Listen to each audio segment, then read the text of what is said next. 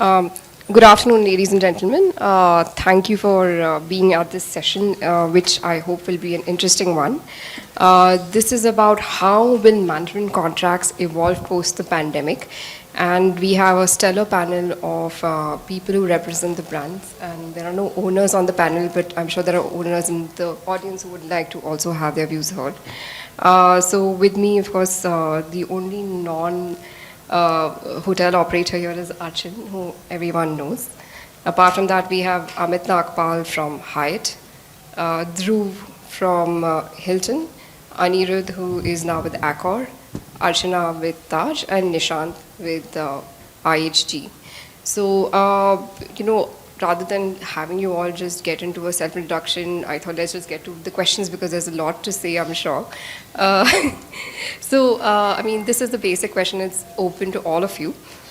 Are you seeing your management contracts evolve because of the pandemic and the changes that you're seeing? Maybe your owners are asking you questions about how you want to change it, and have you done anything post that, or are you at least thinking about how you want to change the contracts? Archana, can we start with you? Yeah. So, while traditionally, the clauses like condemnation, force majeure, while of course they were part of our standard draft, when we looked at those points, they were often more theoretical. Today, people have a context. So when we come down to those clauses, there's obviously a little more discussion around, what if it was a prolonged force majeure, what would happen, what would be the implications. But having said that, I firmly believe that what the pandemic taught us is that beyond the point when you are faced with a situation that is so beyond the realm of anyone's imagination, you can't really take recourse to a contract. Better sense has to prevail. You have to come down to the table, both the owner and the operator, and have a dialogue that in equal measure has rationality and empathy. And there is no other way, because your contract cannot cover every scenario and will not cover every scenario. God forbid how many other pandemics we have. Sure. Amit, what are your views on this? Hello. Yeah. So, I agree with Archana. There is a lot more focus on force majeure. There's more detailing being done on force majeure. So owners asking for that. The other thing which we have seen, interestingly, is especially related to technical services, where owners are saying that in case we have a situation where we can't do any activity. So good thing is, our contracts always had payments based on milestones rather than time period. So there is an opportunity. So we are inserting some clauses saying that in case the work needs to be stopped, so the owner can inform us so that the clock doesn't tick. So we can put the contract in abeyance, or at least the term in abeyance for that time period, whatever, 3 months, 6 months. So that's the other thing that we are seeing that's coming in. But pretty much otherwise, I think the contracts fairly well covers the rest of the other things. So, yeah. Anirudh? Yeah, sure.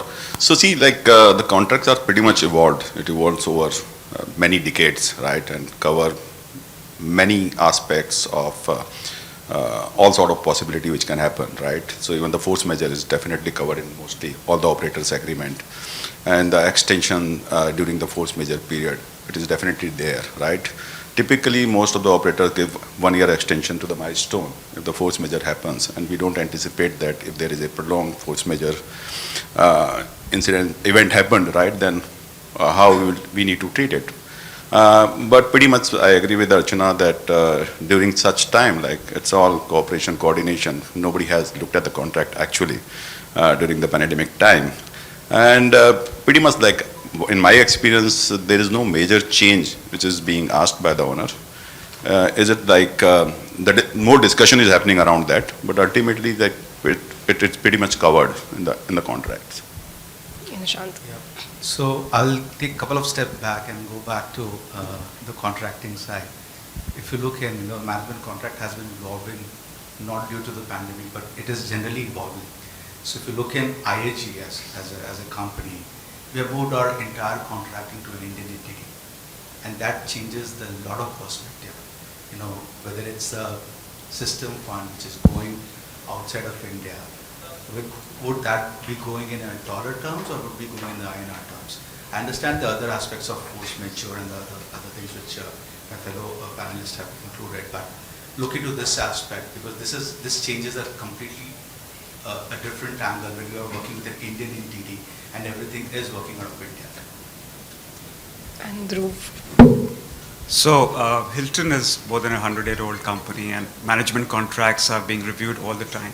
So it's really something which is happening even now. It happened even prior to the start of the pandemic. But like everybody said, and I agree that we are not kind of redoing the agreements totally because something has happened. And a lot of stuff like the force majeure clause was always covered in any management agreement. But I think owners are looking at some of these clauses slightly with a little bit more attention. They just want to know what triggers a force majeure clause, what happens to termination, can we terminate the agreement at will or not, what happens to the performance test, for example. And I think there are some learnings that have come, and I think we all agree that the agreement cannot be very prescriptive about every single situation that can come out of the pandemic. So you have to keep it open-ended. Like Archana said, you have a discussion. Nobody was prepared for what happened, but everybody sailed through it. I don't think there's any hotel in India which shut down and never reopened again, in the managed world. So I think everybody was very successful in having a collaborative sort of an effort with the owners and the operators, and whether it was re-looking at the staffing levels, or shutting down the hotel, reopening the hotels. So all that happened, and I don't think we are covering it in that much detail in any agreement even today. Sure, and this is a question that's arising from what I've heard from you. Is there something that owners are now asking for in your current sets of negotiations that they haven't earlier, that you think may have been because of the pandemic? So are you seeing some different asks? Because, as we know, and all of you rightly said that you've had these standard contracts for a long time and they've evolved, of course. But, is there something that you're seeing that owners are asking for, given their experience with the pandemic? So this is okay, I'll take it. Sure. Too early. I think people are just realizing what just happened, and probably over a period of time there'll be some asks which probably will get incorporated. But I don't think there is anything significant which has changed.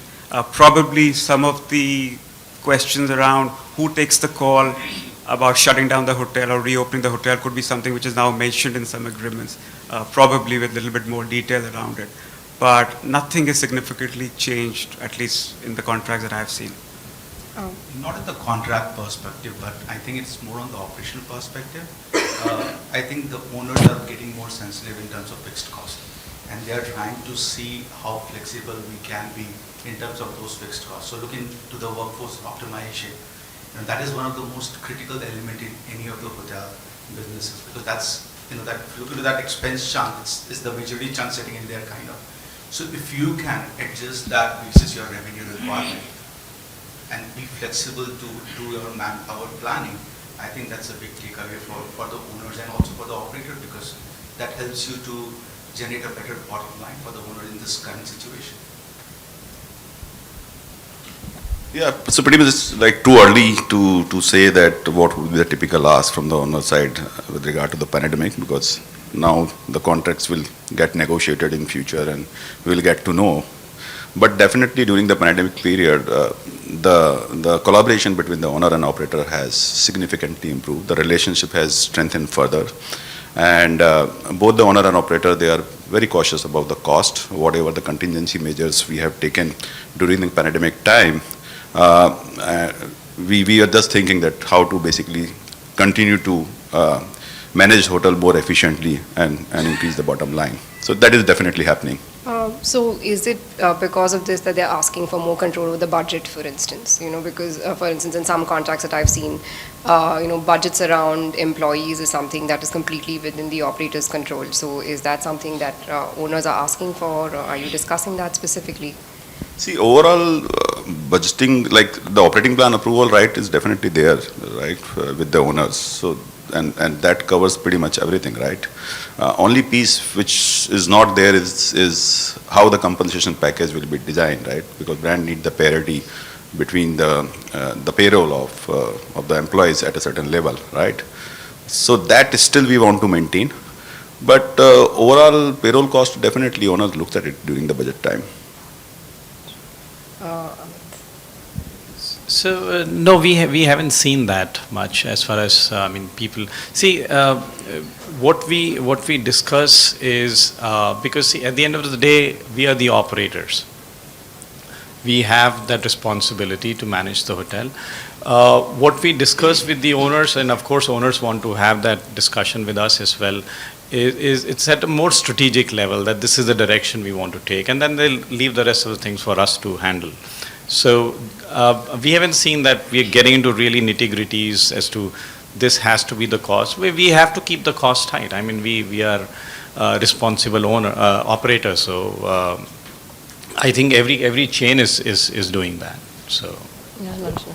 No, I agree. I don't think contracts have dramatically changed. And like I mentioned earlier, I think the pandemic threw up the fact that, dialogue beyond contract is probably as important or more important than the contract, because most relationships that last are those where you don't open the contract. Right. So I think, like I mentioned earlier, there is only that much a contract can provide for. And I think a lot of these standard clauses, right from budgeting and force majeure, all of them were there. Right. And there were a lot of those clauses that either of us could have invoked during the force majeure. I mean, there are clauses that if it goes on beyond a certain period of time, either of us can terminate and walk off. No one did that, right? Yeah. Then what happens to the hotel? Right. So if you had to really go by the contract, I think we would have seen very different things from what really played out. So I think everybody realized that it was time to be collaborative and rational rather than go looking for that one term, that would get at each other. Right.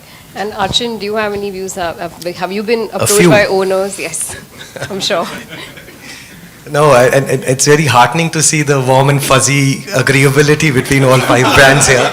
And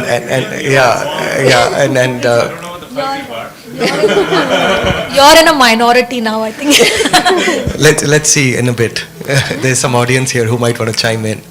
No, but honestly, while I don't disagree with almost everything you've said, and the good part, honestly, was that the contracts were not touched, and Archana, I couldn't agree more that the relationship of the owner and operator is what held us through these times rather than the contractual obligations.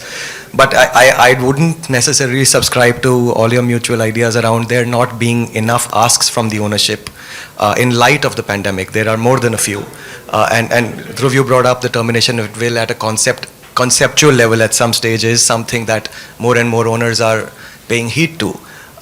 Force majeure and its applicability, and not just its technical or legal language, but its true applicability is something that owners are talking about. They're interested in knowing, is this jargon, or is this applicable, or is this instrumental in us calling an event a force majeure, and discussions around that have been plenty. I wouldn't necessarily agree, Amit, with the thought that there aren't enough asks, for example, on budget approval rights. I think that is an ask we hear more frequently than any other. And while, yes, Anirudh, there are budget approval rights in place, they come with strong caveats. And yes, parity is important from a payroll standpoint, but there is so much more than just payroll that goes into operating costs, right? And not many of these are options available to an ownership or an ownership company from a decision-making standpoint. And while it is contractually so that you have approval rights, practically it's not necessarily approval in the true sense. So there is enough and more to your point that is being brought up by the ownership community. And where I would agree most with Nishant is that owners are sensitive to this a whole lot more than they used to be, because the unforeseen has rattled a lot of us up, and therefore one wants to be that much more cognizant about what we sign off on.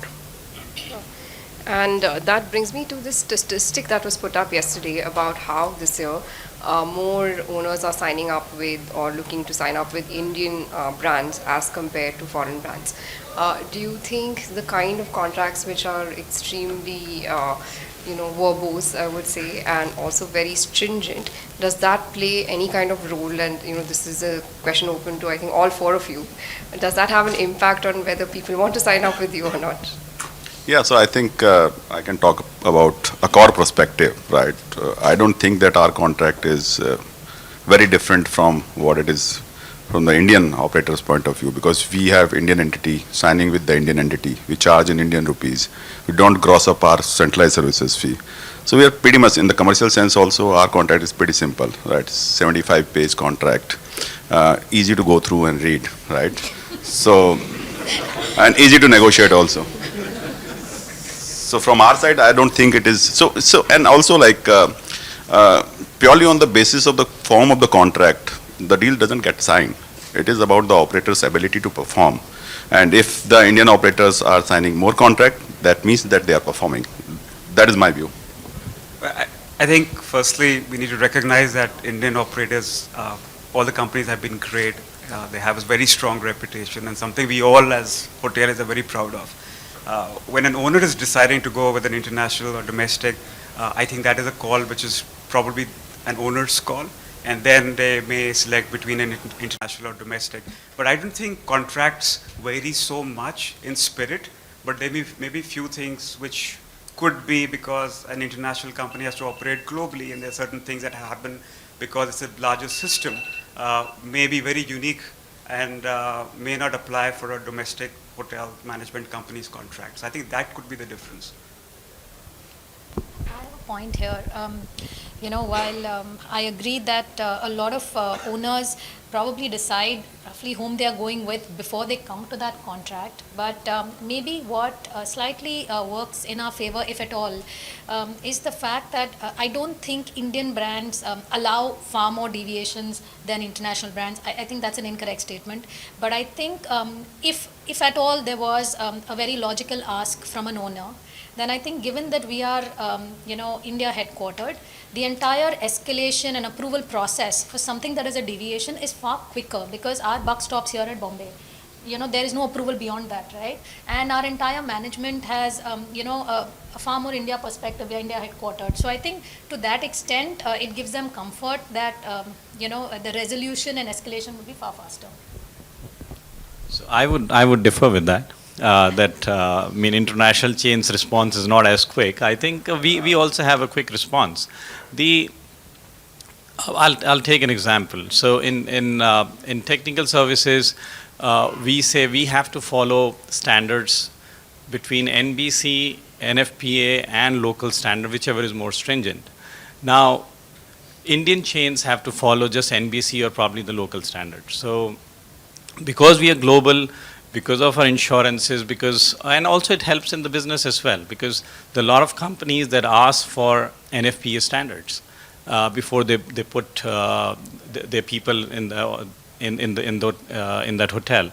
So and we have to follow those standards. So I think we have to take a global perspective, and we have to be consistent as well globally. We can't be way off from what we're doing in other parts of the globe, because that can have major repercussions. So that's the reason, yeah. No, I think that's what I'm saying. So ours is a fairly strong India perspective because a majority of our hotels are here. So most things are purely from, an India point of view. So it maybe makes it easier to that extent. I completely agree with them, but looking into other perspective, when you're talking about the domestic brand versus the international brand, I think it's more of prerogative from the owner side what brand they want to build in. If someone is really looking for the real estate appreciation and they are looking for look into the Bangalore kind of a market, wherein you have got ITs companies around you. So they are looking for a brand which resonates with their international leasing companies. So that's the perspective which that particular real estate developer may bring in. And that time the priority over a domestic brand versus an international brand will definitely be sought after kind of. So my perspective is, yes, there is an optimum business opportunities, whether it's a domestic brand or whether it's an international brand. But again, the bottom line lies with the owner. Aakanksha, if you can just add to that, just as an observation that we've had in negotiating contracts with all of our colleagues here, while the macro statement, I actually tend to agree with the fact that India-originated companies such as IHCL and others tend to have a more owner-friendly contract. The other reason that we've found that a lot of owners find comfort with companies that have origination in India is that these, like Archana said, these contracts have the ability to deviate from structure, which sometimes the international brands say it's a Singapore decision or it's a Hong Kong decision or a Dubai decision or a Washington DC decision. This is not the case. So I couldn't agree more with Archana there that this is a Mumbai decision or a Delhi headquarters decision that makes it easier, and we have seen that in real time. Yes, and taking from that, what are two things that a forward-thinking brand can do to make their contracts more desirable? So let's start with Amit. I'll say just follow the KISS principle. Keep it simple and short. So that's all. Well, I I've mean, seen yeah. your contracts. Sorry? So it's a work in progress for us, yes. Our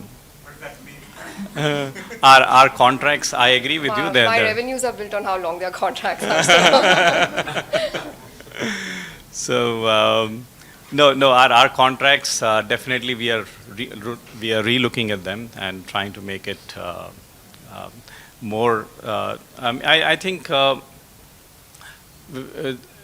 we are American companies, so of course there has been some influence on that. So I think we are trying to customize it more towards the market to make it easier and simpler, so that it's easy for our owners, especially the new owners, to read through and work through it. I think to add to what he's saying, I think that a couple of things the owners look for, in addition to, of course, the contract being simple, is it being transparent. We in the past have, to begin with, I think our contract, the charges and all that is fairly clearly laid down, and that's what it is. There is nothing beyond that. But in the recent past, we've even tried, to add in as much more information as we can for owners, to even get them a little sensitized to what more would be third-party charges, what else would you have to pay out, so that sometimes I don't think operators, are trying to fool owners, but sometimes you take it for granted that this is probably not my charge, this is a third-party charge, but probably some, first-time owners need a little more education, and it's easier for both of us if it's right up front, and they know exactly what they're getting into, what are they paying me, what are they paying someone else. It just makes it simpler, and I think for us as a Tata company, transparency and trust is a value that we hold very dear. So it is something that we are always trying to see if we can do better. Can we make it even simpler and more transparent than it already is? Yes, Dhruv. So contracts keep evolving. Like I said, that the company keeps reviewing the contracts. But I think there are two things to keep in mind. One is that we need to look at the contracts from the perspective of making it easier to do business. So we spoke about simplicity, easy to read. So we have about 60, 70 pages plus the appendix. But it's still easy to read. And we thought we carried out this exercise throughout Asia Pacific that, we'll be able to, be more nimble and, negotiate much faster. But that's really not the case, because you give it to a lawyer and they'll mark up a very simple document again. So all right, we are back to square one. So, but not all lawyers do that. I feel attacking. But so that's one. I think the other thing is that even for us, we have 6,800 hotels.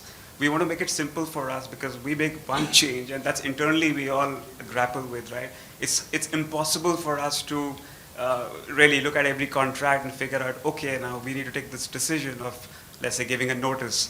Now, do we need to send a notice here? Do we need to send it 15 days out, 20 days out, no notice? So what is it? So we need to be very clear on our own position so that we can execute a very large system. And, she mentioned about, domestic, you can take a decision very quickly. But when you have a very large system across 120 countries, it's impossible to have very different contracts everywhere. And that's something we grapple with all the time, to keep it as consistent as possible. Nishant. So I think, we have pretty much simplified our management contract. If you look in, of course, 40 pages on the main side, and maybe an extra adding together, not more than 70 odd pages. But if you look in terms of our system fee, which are generally behaving costs, and as Archana pointed out, the debate is pretty much on the third-party fees kind of. So we have linked in all those third-party fees to our annual budgeting exercise, so the owners are aware of what is as a third-party fee going in there. And then in terms of system fee, if you look in, we don't have more than 3 line items, and which are directly linked to the revenue streams kind of. So again, the transparency is well been maintained. And I think this was not something over the pandemic, but I think our contracts are evolving, and I think they're becoming more friendly in each market. So I think we're customizing our contract, which are meant to be more Western focused than Asian focused. So the contracts are pretty much differentiated in terms of what we do in Europe versus what we do in Asia Pacific. Anirudh, two things that you I think it pretty much covers. So transparency is one thing that should definitely be there. You cannot start a relationship with lie, right? It doesn't work that way. It should be crystal clear that what would be the ultimate cost to the owner of this relationship. So that is definitely there. It is required. And the second thing is like to be an attractive brand or desired brand, right? You need to perform. There is no substitute of performance. So whoever performs best will do well. As simple as that. Achin, what would you want to add? So let's get to some non-contractual suggestions. If I'm not wrong, the question is, what can operators do to entice an owner, right? To make it more interesting Make for a an owner to contract choose owner, you Yes. or your contract. I think in my view at least, what's at the core of every relationship between an owner and operator, it's essentially commercial returns, right? We're getting into a business arrangement. My assumption is that the owner has intended to come into this relationship with an operator because they believe you can make the money. And you've gone into this relationship because you believe you can earn a decent fee as well. So why not talk commercials? Something as simple. We want ideas, right, on what will entice people. Why not put something as simple as the brand likes owners who fulfill all brand standards. The brand likes owners who pay their fees on time. The brand likes owners who keep a reserve account aside. You have a list of 8, 10, 12 things that you care for as an operator. Every owner that fulfills all these obligations gets a rebate on their fee. Why not build that into a contract?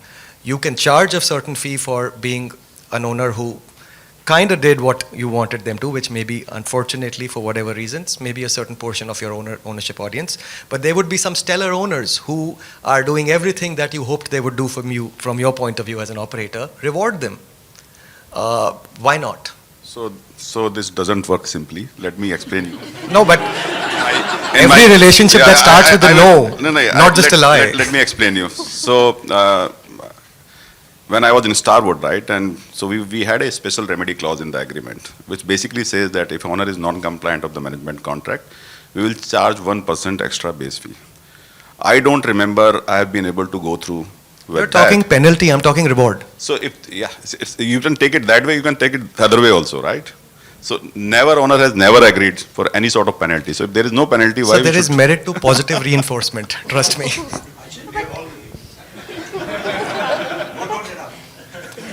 Achin, sorry, just to take a step Sorry, back. I'm interrupting, but Sorry. we've got a request from the cameraman that if you can hold this up. Oh, high. sorry. Yeah. When I sign a contract, if I'm an owner and I sign a contract with a brand saying that I will do all of this, it's because I'm going to do all of this, right? So where's the question of reward me for doing all of this? Then the whole point is So you're saying you're going I to couldn't do this, agree more. right? I am starting with the premise. So then you're saying that I'm signing this knowing I'm not doing it, so then you reward me, right? Couldn't the whole agree point more. of signing is you want to do it, right? Couldn't agree more. That is your obligation. Couldn't agree more. Let me flip it. I think, Achin, for me, the biggest reward is that if I get paid on time, that's the biggest reward for the brand. And I am saying- and the owners are committed to their words, and they are putting money back into the hotels and making it up and running. So I'm not blaming every owner on that. Of course we have, but there are certain set of people that we don't get paid for. So again, I don't need to look in as a single contract. I need to look in as an overall perspective. For me, every owner is the same. Couldn't agree more with both of you. If I may take 30 more seconds on this. So I started by saying there are contractual matters and then there are practicals one. All of you started by saying that the last 2 years have taught us that the contract is something that's best parked aside, hopefully never touched. And practically speaking, if we can contractually build the practical side of things, the suggestion is simply that. You're absolutely right. We've signed off on something. An analogy, the other day my son asked me when school started, what do I get for going to school?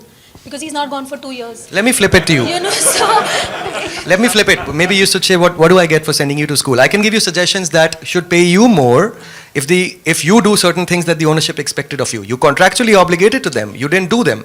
If you do them, you get paid more. It works both ways. No, not just incentive fee. I'm saying build beyond that. Incentive fee, obviously, Once I upon a think what time. Nishant is saying is just pay us what we're supposed to Yeah. get paid. Let's just We are not asking let's for more, just pay us move to that. that direction first, and then we can go to the incentives. What in that case, will you give us cash flow discounting then, if we pay you in time? I think that's what he said. And she said the same thing, that, You're meant to we pay stand by on our time. obligations, so it's mutual already, right? So we get paid for what we do. You pay us for what we do. And we're not asking for any further kickers on that, so. But I'm recommending that, Dhruv. I'm saying make it two-way. I don't know. We don't think we need a kicker if we just get what we are supposed to get. So, Go for owners If I incentive, want man. brands to deliver, if brands are delivering, they can charge the fees that they want. This debate happens when brands believe that they deserve the fees, that it's written on the contract. But on the other side, they are not looking at the commercial viability from the owner's perspective. Right? Because they always end up saying, oh, it's your business. It's a risk that you took while building your hotel. Now it's built. If it's not performing, it's your problem. So as long as we can address this issue, I don't think so owners mind paying you. Rather, owners will pay you a bonus for delivering more than the budget that you guys. That's all the suggestion is, gentlemen, lady. I think it's also an accounting nightmare. Not to at all. keep track of that matrix, Achin. What you're suggesting. Now we're getting into exigencies of saying it's too much hard work. Come on. No, we've already validated the first point that it may not even be required because that's the default, accountability of an owner. On addition to that, it will be an accounting nightmare. To So keep track. let's take And the third half a point step will back. be- And the third point will be that if I give it to owner A, then owner B will be like, excuse me, why did you give it to owner A? No, and So, at some we're just point, adding more pages to the contract. no, just to add. I want to make a macro statement. All I'm trying to do is give you suggestions on how you can attract more owners, and all you're doing is telling me how you don't want to look at my suggestions. No, no, I mean, I don't think that's the case. I mean, you have a contract where I'm supposed to do 10 things, you are supposed to do 10 things. Now you start saying that, you do those 10 things, I'll pay you more. And I also start saying, I do these 10 things and you pay me more. Then we should just have more in the contract. But everything is Then we both pay each other more. Your incentive fee structure.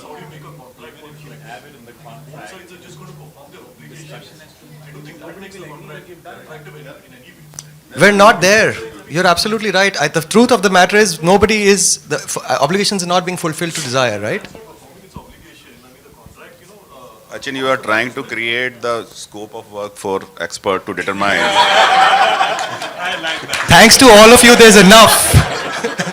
There's already enough for the expert to come in. But I'm trying to get you more hotels. Have a new MD in Hotelivate for this section. That's not changing. Okay. So how many brands actually have a program to build trust with their owners?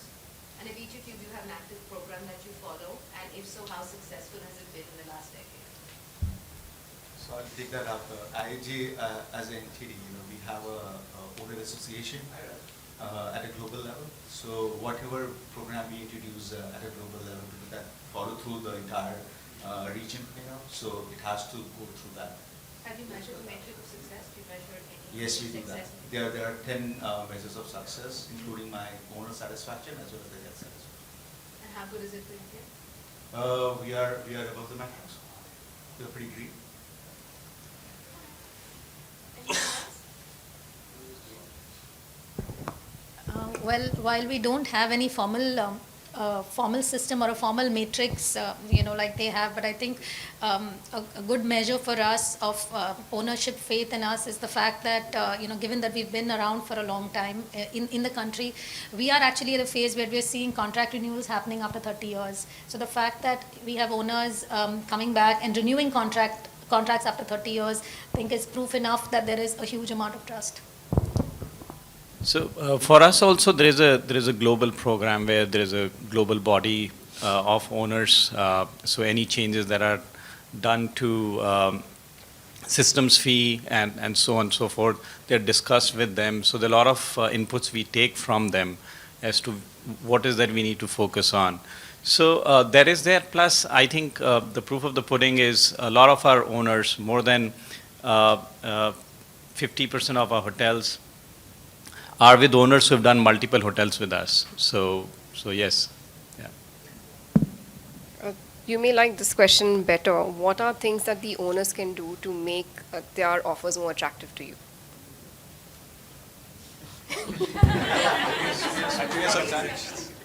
I think build on time, build the right product. I'll say the same. I mean, for us, what's important is a product that's in line with our brand, and secondly, to be delivered on time. So these two are very critical. I think upkeeping of the property is very important. You know, when you open the hotel, you throw all your love and efforts towards opening the hotel, but that love is forgotten after 3 years or 4 years. So we want that, you know, to be maintained throughout the life of the hotel, and you keep, you know, putting money back, probably you will get the better return on the hotel. I would say ideally it'll be nice that owners can select their operator of choice as soon as possible. Otherwise it becomes a problem for everybody to try and comply with the brand requirement, and it just delays the project that much. Hotels as an asset class is a little bit of patient capital. Hotels take a little time to stabilize. And the best of hotels take time to stabilize. Also, this entire process of construction, there are challenges. Approvals in our country take maybe a little longer than they do elsewhere. So it's far easier for us to work with owners who have their finances planned out, and who have some amount of like exigency, because these processes, the entire construction process sometimes goes beyond a certain timeline, and it is really beyond anyone's control, even their control. So what tends to happen for us is when you're closer to opening, your project timelines have been stretched, so we get requests to open a suboptimal hotel, or there is less money for pre-opening. And we try to impress upon the owners that this is your showcase point, so this is not the place where, you want to scrounge. But I appreciate they have their challenges, but, knowing that some of these things like approvals and all, we know it's an issue. So it's nice if, they can plan for it in their own way. May I speak on behalf of my friends from the brands for a moment? I don't think they expect that, do you? No, honestly, the broader thought I would want to share with the ownership community, and we deal with a lot of hotel owners and investors, right, is that when you're signing a contract, you must appreciate the basic principle of risks and rewards being conjoined twins. And the fact that you're taking the larger reward also means that you must contractually agree to taking the larger risk and not impose that on the brand and expect things from the brand that are not their job. And quite honestly, to have them partake in the risk the way you would is not a fair ask of the brand. Do you see potential for lifestyle brands to grow in South Asia, and would those contracts read any different? Potential, yes. Contracts would read very different. I don't think so. I think the contracts are not lifestyle, so those remains pretty much static on that front. But yes, in terms of lifestyle brand, we see a huge demand in India. Yeah, pretty much agree with Nishant and Dhruv. There is nothing difference in lifestyle brand contract and the generic normal brand contract. But yeah, lifestyle brand, there will be huge demand. So Accor, we have 14 lifestyle brands in the luxury segment and the premium segment. And we are pretty bullish about India to be one of the market where we can develop those lifestyle brands. So we also see good market for lifestyle brands. In the upper upscale space, we have the Hyatt centric, so we've got 2 operational, and we have 8 in pipeline. So pretty good pipeline for that as well. So I think, and as far as contracts are concerned, they're pretty much the same. Nothing really changes. I agree that lifestyle brands probably won't have a very different contract, but I do see a huge market for experience-driven brands, experiential brands. I mean, we have selections which somewhere can qualify as a brand that is very high on experiences. And there, while your legal contractual terms would be the same, but maybe there's a bit of fluidity that, is probably possible with respect to brand standards, only because each hotel is so different from the other, that part of the contract maybe is a little more fluid than the rest of it. I just want to add one more thing. So like in the luxury segment, the brands we have like Rixos, we have SLS. So we have extensive brands, 25 hours. And typically like what we have seen worldwide, our lifestyle brand generate 5 to 10 times more F&B revenue than the normal hotels. So we commercially, we charge a separate fee, F&B fee on our lifestyle brand. So that's one change. I would like to second that to Anirudh. Our Hilton brand is more like a lifestyle. And if you look in the way we operate that hotel or that model is completely different than the traditional model. We have a general manager for the rooms division and we have a general manager for the F&B division. So there are two sets of general manager running that. So F&B is getting critical, important, and it's going to get more deeper into the Indian market. So we don't have two separate GMs, so lower cost, no extra fee. So please come to us. Well told. But not 5 times more revenue. Sorry, 10 times more revenue. Okay, do you see a risk with hotel aggregators and homestays? Does that worry you? I'll take that. So no, that doesn't really worry us because it's very marginal. If I take 2019 as a benchmark, across our 32 hotels, the contribution through aggregators was 13-14% only. So not really, it doesn't make much of a difference for us. Yeah. I think organically it's good. They are having, look into the homestays. That's the segment which is getting more branded now. So it's important to have that, and it will coexist. I don't think it's a threat to either side.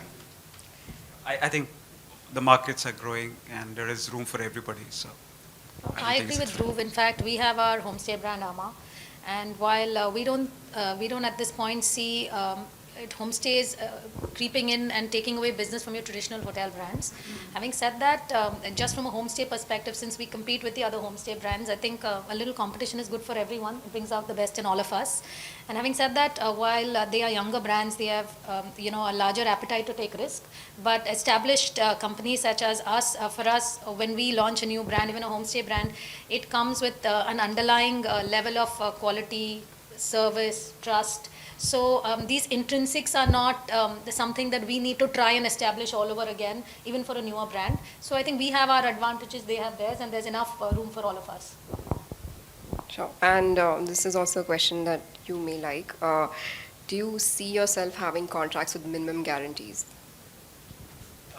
We may not like it. Our owners will definitely like it, and for their sakes, we would like it if we get a minimum guarantee on the fees that we make. But yeah, often there is ask from the owner's end, and I don't think hotel companies are really close to it if it's a very meaningful project. Is that our going-in position? I don't think so. I guess everybody would agree it's not a going-in position. To add what Dhruv said, at this point, of course, we don't do minimum guarantees. But to also take from what Achin said, see, will we ever do it? I mean, at this point, of course, it's not something on the agenda. But, at the end of the day, everything is a risk-return story, right? So at the end of the day, if I'm going to guarantee something, then I'm taking far more risk. So there has to be a commensurate return. So at some point, if really there is a commensurate return, then maybe it's something that, but what won't happen, I think, is at the same fees you start taking all the risk and giving a minimum guarantee. That I don't see happening. So what would you say would be the commensurate return? So it depends from case to case, right? At the end of the day, I need to make X amount of money. So if I'm going to sit and guarantee you that I'm going to take your risk, then the return has to be manifold, right? For me to want to take that risk. Amit? Pretty much same actually. So I'm not saying that maybe today may not be interested, but tomorrow you never know, market get matured, and probably we can work on the model which is working out well in the US, right? But there the incentive fee is quite high, and there is a kicker once the minimum threshold is met, right? So I don't know, that structure may work in India, maybe in future, but not at this moment. So for us, minimum guarantee is not just a no, it's a big no. So, and I don't foresee it changing it in the near future. Yeah. The middle path, which I know all brands in India at different times have at least explored, if not signed off on, is not necessarily offering an MG, but maybe subordination of certain incentive fees. And I'm hopeful that it's a thought that you'd pay heed to if the opportunity obviously so deserved it. I think Dhruv rightly pointed out, we need to have those strategic locations, the strategic partner, and there has to be a business sense to it. It can't be that, I'm doing something in tier 3 market of India. So it has to be very, very strategic.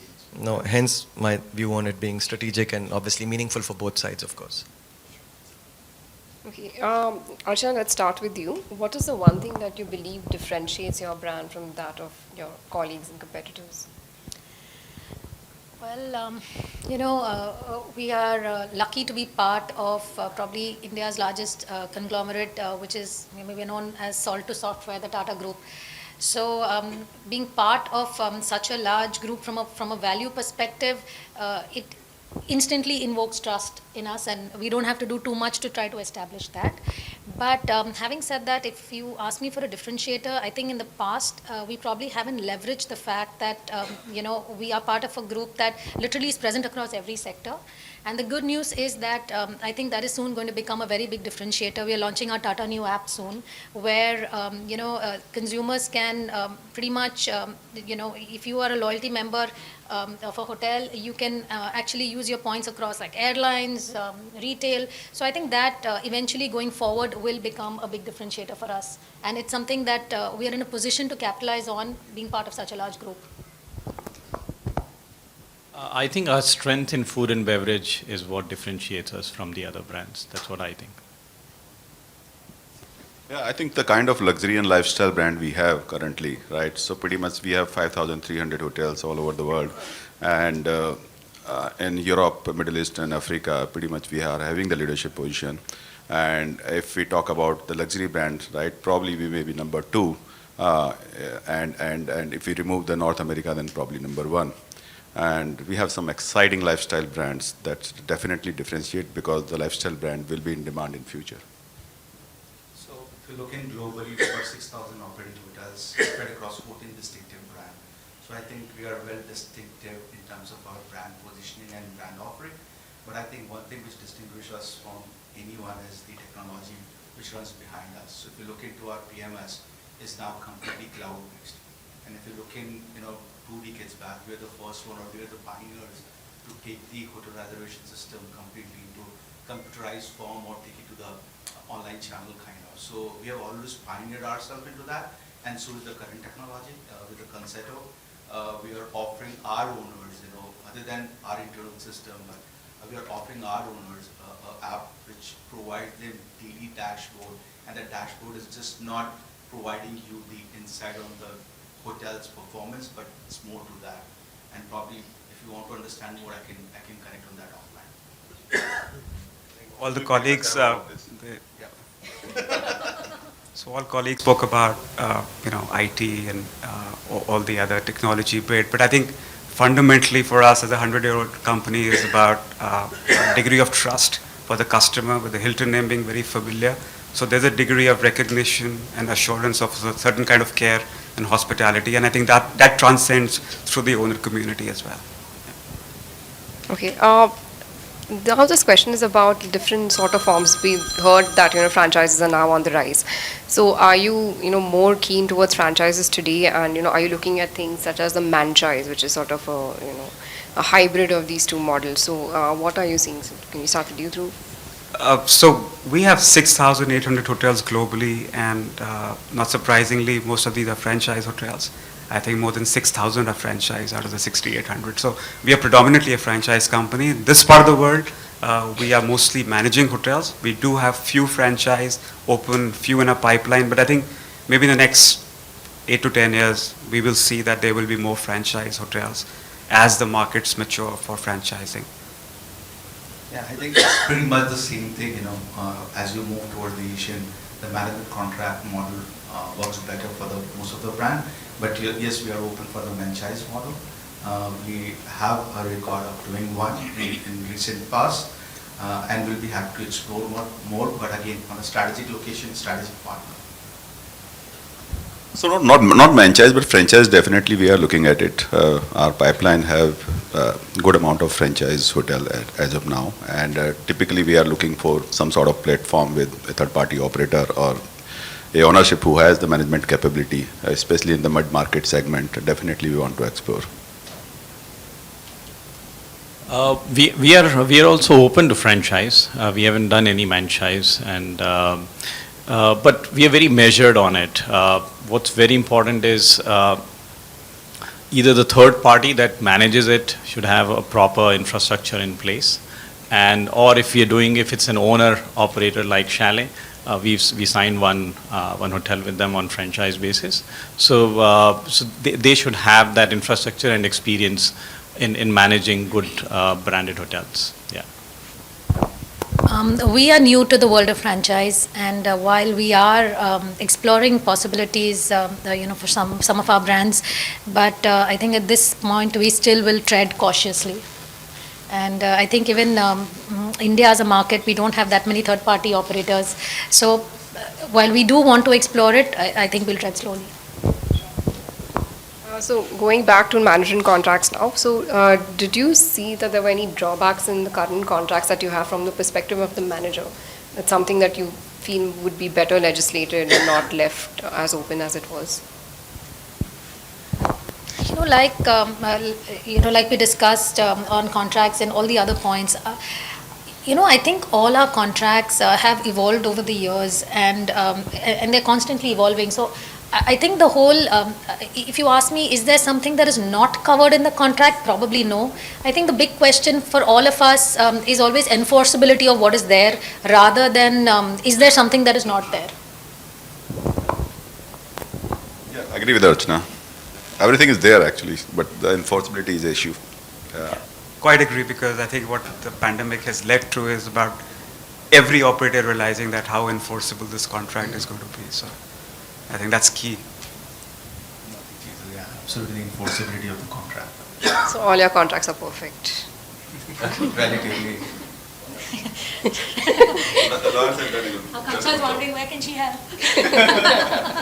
See, contract will give you a broad framework. Right. So I think that's what they're talking about. So I think one of the things that all contracts, they use different languages, of course, but because they're different brands.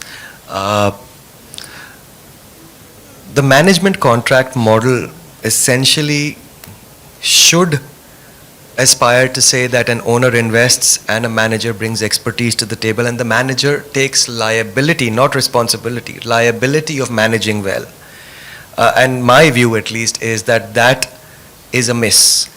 There is fancy words that essentially say we will supervise or oversee on your behalf your employees and your risks and your liabilities. The readability of these contracts conveniently puts everything back on the ownership sometimes. And that, I think, needs addressing. Okay. I think, Achin, on that perspective, if you look into the management contract, both the parties, the relationship is well defined. One is the principal, and we are more like acting as an agent. So I know it's well defined. I'm questioning it. So we can't take on the responsibility what a principal will take on. No, that's what I'm saying. That's exactly what I'm saying is not fair. So I am not saying what you're telling me is that my understanding is incorrect. My understanding is exactly that, and I'm saying that's not fair. It's all risk and reward. Otherwise, we would have taken the hotel on I lease completely and we agree. would have run it ourselves, right? So I started earlier on by saying the risk reward needs to be given its due. I appreciate that. So it is balanced because of that only. That's where I'm saying I disagree. It's not balanced. I do agree on the risk and reward matrix, and I think that your risk should be certainly lower than that of the ownership, but I don't think the language holds you responsible enough even for your part of the deal, which is operations and mismanagement of that, if at all. Okay, and is there something that we're looking at where you will agree to a termination at will, or whether for the payment of fees or otherwise? Please say yes. Never. No way. Absolutely not. So my counter, so of course we'll not agree to it. My counter question to owners is, if I'm getting a good opportunity next door, a bigger, better hotel, would you want me to go there? Of course not. So I agree with Amit, that it has two sides, right? On one side, since hotels take some time to stabilize, once the operator takes that pain to help that hotel stabilize to a certain level, then it's not fair to say, okay, now it's time for returns, now you go and take someone else, especially like leisure locations. I mean, we have been at the forefront of developing leisure locations, Goa, Kerala, Bekal. It took time, it took effort. So then it's not fair after 7 years, once the location is established, you say now bye-bye, and for no good reason. And on the other side, even from from an owner's point of view, he builds it to your standards, and then 5 years later, there's a hotel, double the inventory, spanking new, you say, no, now I'm going there. So I think it goes both ways, Also, I think we need to just take a step back and see that the reason owners engage any brand, whether it's a domestic brand, international brand, is because there is a certain brand value. Every time you have a hotel disappearing from one location and the other location because it's termination at will, you'll erode the brand value, there'll be nothing left, right? So you don't want that to happen for any brand. But Aakanksha, there's 2 points to that. One, it's all the same brands in the room right now who offer that in other parts of the world. So I don't understand why this is a geographic, because it's not a brand issue, it's a geography issue. It's not that Hilton or IHG or Hyatt or any global brand doesn't offer termination at will in other parts of the world. So therefore, I don't understand any of the above. Let me know which hotel it is, because I don't know. Are you saying there is no termination of will at Hilton at Not that I 6,800? know of. Not that I know. I really don't There is think- termination at will. Which parts of the world have dropped? Which parts of the globe have No, but we're not going to name contracts, are we? I'm just saying, are you able to make a public statement that there is no termination at will offered by global brands? And that's point one. Point two being, I completely agree with what you're saying. You've done the time, effort, bringing it up to a certain speed. And if, for whatever reason, you're absolutely right also, Archana, in saying it should be for no good reason is a bad reason. There has to be a good reason. So perhaps that's built in. It's not termination at will, it's termination as a result of certain triggers. For example, sale. Sale of asset, new owner wants a new brand. That should be an enabler, and by all means, the brand should be compensated for being asked to leave in good measure. But at least that should be given a thought. Okay, so we just come to the last question now. If you had to work for a competing brand, which one would that be? I already worked with 2 other competing brands. I'm pretty happy in the space I am in right now. Yeah, I think same thing applies for me. This is my third, so I'm happy. I'm getting paid as and when I'm changing my company. This is the only hotel brand I have worked for, but I have the privilege to work for the world's strongest hotel brand. So after this, it's going to be very difficult to work for any other hotel company. So anybody in the audience have any questions? Okay. We're in our last 2 minutes, by the way. Yeah, I think there's one question there.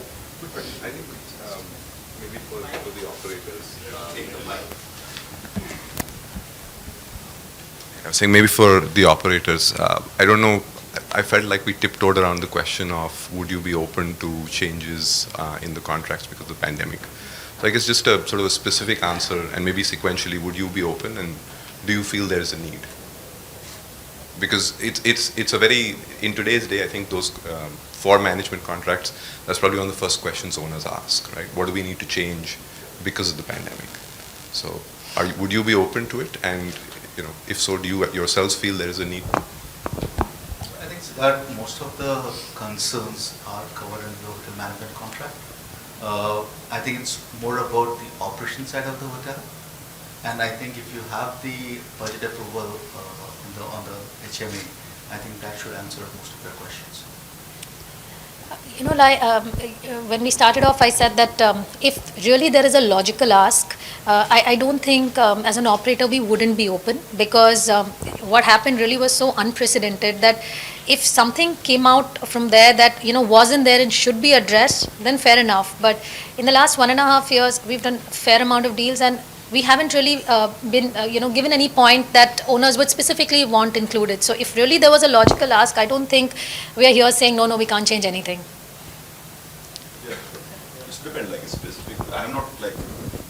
I have not seen any specific ask which is specifically because of the pandemic you need to change this, because pretty much everything we have the answer. So when we sit together and we had a discussion with the owner, and typically once they're satisfied, then only they sign the agreement, right? Okay, so that's all we have time for. Sorry. in a post-pandemic world, given the uncertainties that are going to be there, is there a case for just one fee coming out of EBITDA and nothing else? Just nothing else. Take more. Take more. If you're making 8% right now, take 10. But take it only from EBITDA. Maybe I modify that, Mr. Kapoor, a little bit and say out of GOP rather than EBITDA. Yeah, but GOP, right? I think fundamentally one has to recognize that there is effort to operate the hotel irrespective of what is the GOP. right? And I think that's one part of the fee, one layer of the fee, which is the base fee, and I think that's really globally how it is. And of course, the incentive is there to maximize the profitability. So even if there is no profitability, let's just say, 2 months of the pandemic, and then there is no incentive fee, but there is still a lot of effort. We need to keep the management company afloat as well, right? I think to add to what Dhruv said, if the hotel doesn't do well, it's not always 100% attributable to the operator. There are times it's probably lack of performance on the part of the operator, but it could be a whole bunch of situations from, a flood, some travel advisories, or maybe the market. It's a young market and it needs more time to stabilize and get you those returns. And in fact, those are the times when the operator actually works much harder. Like I said, when we started hotels in Goa and Kerala, they took years to make the money they're making right now, but it doesn't mean in those years there was no effort. So I think if you do something that's purely based on GOP, you're assuming that every bad performance is only because of the operator, which might not be true all the time. That's all we have time for. Thank you so much. Thanks to the panel and thanks to the audience.